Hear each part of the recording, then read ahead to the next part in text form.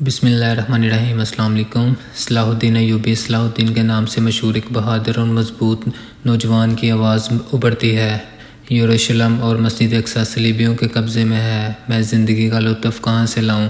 میں کھانا کیسے کھاؤں؟ میں چین کیسے پاؤں؟ میں رات کو سکون کی نیند کیسے سوؤں؟ ایک دفعہ کا ذکر ہے، بغداد میں ایک مشہور کارپینٹر رہتا تھا۔ اپنی عمر کے آخری حصے میں اس نے زیادہ تر وقت اخروٹ کی لکڑی سے ایک شاندار ممبر تراشنے میں صرف کی۔ ممبر بنانے میں اپنی تمام صلاحیتیں لگا دیں۔ ممبر کی خوبصورتی سب کو حیران زدہ کر دیتی تھی۔ کارپینٹر کی محنت سے بنے اس شاہکار ممبر کی شہرت دور دور تک پھیل گئی تھی۔ جب بھی کوئی بغداد آتا تو وہ کارپینٹر کو تلاش کرتا اور اس کے پاس آ کر کہتا، یہ ممبر ہمیں بیچ دو تاکہ ہم اسے اپنی مسجد میں لگائیں، مگر اس کا جواب ہمیشہ ایک ہی ہوتا، اس مسجد کی منزل مسجد اقصی ہے۔ اس زمانے میں یروشلم صلیبیوں کے قبضے میں تھا۔ صلیبیوں کو پوپ اور یورپ کی مسلسل سپورٹ حاصل تھی۔ سلجوقی سلطنت ختم ہو چکی تھی۔ اناطولیہ اور میسوپوٹیمیا کی کئی اسلامی ریاستوں میں بٹ گئی تھی اور وہ آپس میں مسلسل جھگڑتی رہتی تھی۔ مصر میں بطینیہ فاطمی فرقہ بن گیا تھا جس نے مسلمانوں کو اندر سے کمزور کر دیا تھا۔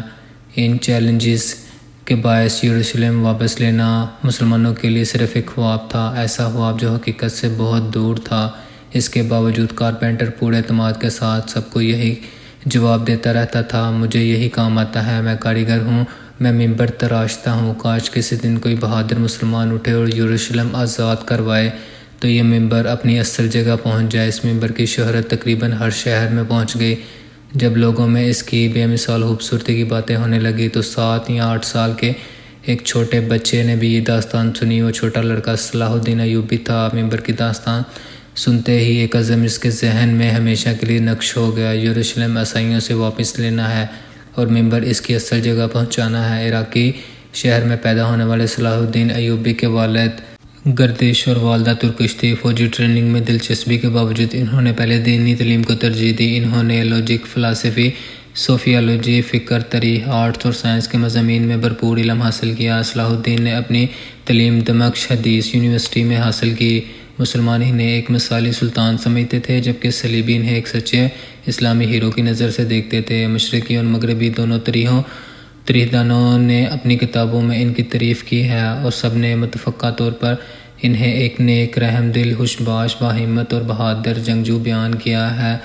جب اس باکمال شخص کی عمر 26 سال ہوئی تو انہوں نے اپنے چچا شیر کو ساتھ ریاست میں کئی ذمہ داریاں سنبھالیں۔ صلاح الدین جیسے جیسے بڑے ہوئے، یروشلم کی فتح کی تقدیر اس کا راستہ بناتے گئی۔ آپ پوچھ سکتے ہیں کہ کیسے؟ زنگی ریاست کے سلطان نور الدین زنگی نے اپنے زیر حکومت تمام ترکش ریاستوں کو متحد کیا اور ایک جزوی اسلامی اتحاد قائم کر کے صلیبیوں سے کئی شہروں کو کامیابی سے واپس لے لیا جو مصر کی فاطمی ریاست کو بحران کا سامنا تھا۔ تب یروشلم کے صلیبیوں نے اپنا اثر و رسوخ مڈل ایسٹ میں پھیلانے کی کوشش کی۔ صلیبیوں نے 1168 میں قاہرہ کا گھیراؤ کر لیا۔ سلطان نور الدین زنگی نے بھی اپنی نظریں مصر پر جما لیں کیونکہ مصر کے کنٹرول پانے کا مطلب اپنے دشمن پر جنگی برتری حاصل کرنا تھا۔ فاطمی ریاست نے نور الدین زنگی سے مدد طلب کی۔ سلطان نے اپنے کمانڈرز شیر کو اور صلاح الدین کو روانہ کیا اور شیر کو انہیں پورے مصر کو صلیبیوں سے پاک کر دیا۔ ان کامیابیوں کے باعث شیر کو مصر کا وزیر مقرر کر دیا گیا، لیکن عہدے سنبھالنے کے کچھ ہی عرصے بعد ان کی وفات ہو گئی۔ چچا کی وفات کے بعد صلاح الدین ایوبی مصر کے وزیر اور مصر میں سلطان نور الدین زنگی کی فوج کے کمانڈر بھی بنے۔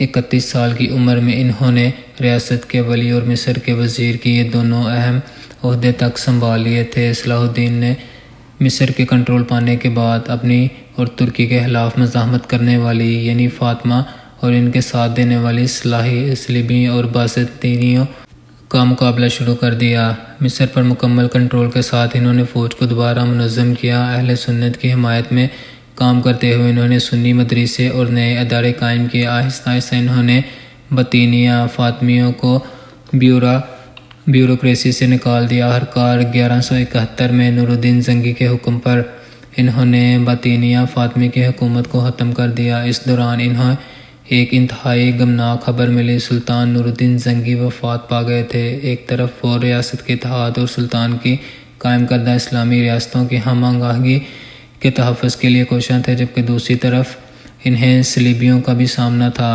اس زمانے کے ہر اسلامی کمانڈر کی طرح صلاح الدین ایوبی کی 3 آرزوئیں تھیں: مسلمانوں کا اتحاد محفوظ رکھنا، یروشلم کو واپس لینا اور قسطنطنیہ یعنی استنبول کو فتح کرنا۔ اسلامی ریاستوں کا اتحاد کامیاب جنگوں اور صلیبیوں کے خلاف جدوجہد سے مضبوط ہو گیا تھا۔ اگلا مقصد یروشلم کو واپس لینا تھا۔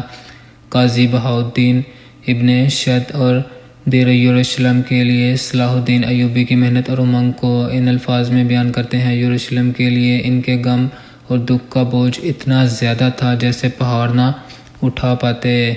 یوں محسوس ہوتا جیسے کوئی ماں اپنے کھوئے ہوئے بچے کے لیے غمزدہ ہو۔ وہ اپنے گھوڑے پر سوار ہو کر نکلے اور مسلمانوں کو یروشلم کی آزادی کی خاطر جہاد کے لیے بلاتے۔ وہ مجمع سے خطاب کرتے اور پکار کر کہتے: اے مسلمانوں، اسلام کی خاطر اسلام کے لیے آنسو ہمیشہ ان کی آنکھوں میں ہوتے، کیونکہ یروشلم صلیبیوں کے قبضے میں تھا۔ وہ کہا کرتے تھے: جب تک یروشلم اور مسجد اقصی صلیبیوں کے کنٹرول میں ہے، میں کیسے مسکراؤں، میں کیسے اطمینان پاؤں، اور میں کھانا کیسے کھاؤں اور رات کو چین کی نیند کیسے سوؤں۔ صلاح الدین ایوبی یروشلم واپس لینے کے لیے پرعزم تھے، لیکن یروشلم فتح کرنے سے پہلے صورتحال کا بغور جائزہ لینا ضروری تھا۔ انہوں نے مہارت سے کئی غیر منظم فورسز کو جمع کیا اور منظم کر کے طاقت کا توازن اپنے حق میں بدلا۔ ان کی بنیادی توجہ لاطینی صلیبی ریاستوں پر تھی۔ اس دوران یروشلم کا بادشاہ مر گیا اور ابو ابلوسینیا اس کا جانشین بنا۔ صلاح الدین ایوبی نے قدم بقدم آگے بڑھنا شروع کیا۔ انہوں نے حلب پر قبضہ کرنے سے پہلے دیار بار، بکر، عرفہ، حران، رقم، قبور، نصیبین اور بہت سے شہروں کو فتح کیا۔ یہ تمام شہر یروشلم کے راستے پر جنگی اہمیت کے حامل تھے۔ سلطان نے سب سے پہلے طبریہ شہر کا گھیراؤ کیا۔ طبریہ کی جنگی اہمیت بہت زیادہ تھی۔ اس کا مقصد یروشلم کے بادشاہ اور ان کی فوجوں کو شمالی فلسطین میں طبریہ کے قریب حطین میں لانا تھا، کیونکہ انہوں نے میدان جنگ وہاں لے جانے کا منصوبہ بنایا تھا تاکہ حطین اپنے پانی کے کنووں سے مشہور تھا۔ سلطان صلاح الدین ایوبی نے پہلے ہی حطین کے راستے پر موجود پانی کے کنویں قبضے میں لے لیے اور انہیں پتھروں اور ریت سے بھر دیا، چنانچہ پانی کے کنویں استعمال کے قابل نہ رہے۔ بادشاہ اور اس کی فوج ہی حطین میں پہنچی تو وہ کنووں کو اس حالت میں دیکھ کر سخت مایوس ہو گئے۔ پوری فوج صحرا کی گرمی میں پیاس اور تھکن کی شدت کے ساتھ جنگ لڑنے پر مجبور تھی۔ یہ حطین کی جنگ 4 جولائی 1187 کو شروع ہوئی۔ اس جنگ میں صلاح الدین نے یروشلم کے بادشاہ ابو لوسیہ کے زیر قیادت صلیبی فوج کو شکست دی۔ اس کامیابی کے بعد صلاح الدین نے تیزی سے فتح کی کارروائی شروع کر دی۔